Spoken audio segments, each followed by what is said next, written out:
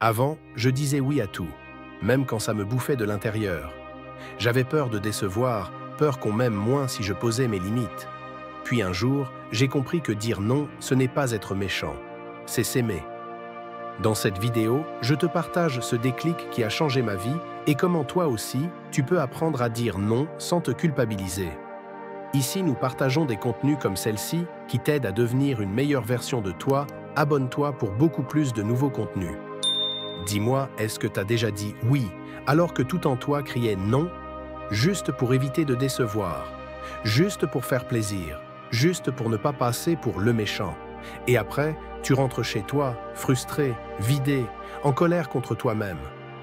T'as dit oui à quelque chose qui ne te respecte pas. Peut-être que tu aides toujours les autres, même quand toi, t'as plus d'énergie. Tu acceptes des choses que tu ne veux pas. Tu fais passer les autres avant toi tout le temps. Et le pire, tu te dis que c'est normal, que c'est ça, être une bonne personne.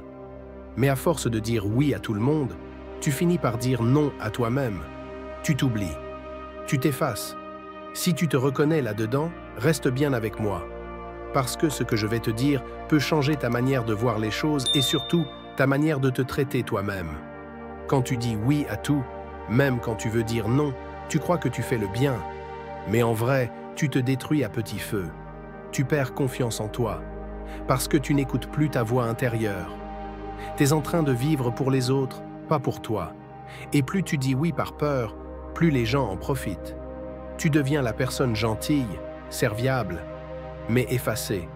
Celle à qui on demande toujours plus, parce qu'on sait qu'elle dira jamais non.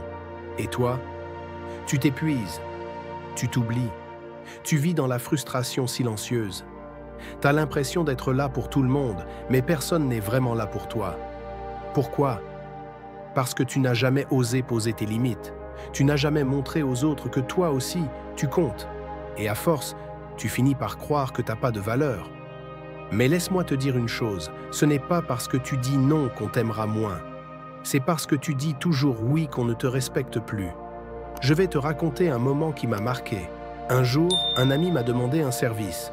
J'étais épuisé, j'avais des choses urgentes à faire pour moi, mais j'ai dit oui, comme d'habitude.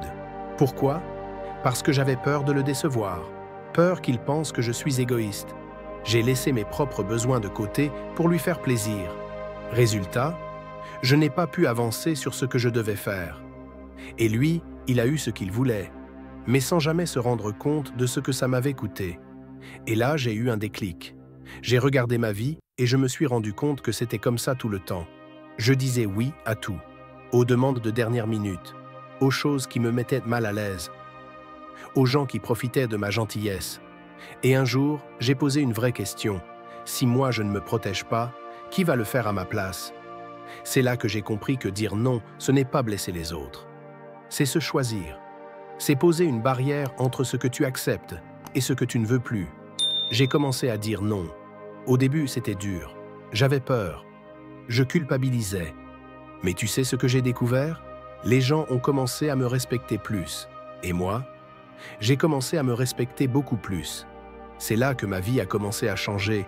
Maintenant que tu as compris l'impact de toujours dire oui, voilà les 3 étapes qui m'ont aidé à reprendre le contrôle et à apprendre à dire non sans culpabiliser. Première question, est-ce que je dis oui par envie ou par peur? Avant de répondre à une demande, prends 5 secondes pour te demander « Est-ce que j'ai vraiment envie de faire ça ?» Ou est-ce que je dis oui parce que j'ai peur qu'on me juge, qu'on me rejette? Si la réponse vient de la peur, alors c'est un non déguisé, et il faut avoir le courage de le reconnaître. 2. Apprends à dire non avec bienveillance. Dire non, ce n'est pas être agressif. Tu peux poser tes limites sans blesser. Voici quelques phrases simples. Je comprends ta demande, mais je ne suis pas dispo. Merci de penser à moi, mais je ne peux pas cette fois. Je préfère être honnête avec toi, je ne suis pas à l'aise avec ça. Tu n'as pas besoin de te justifier 1000 fois.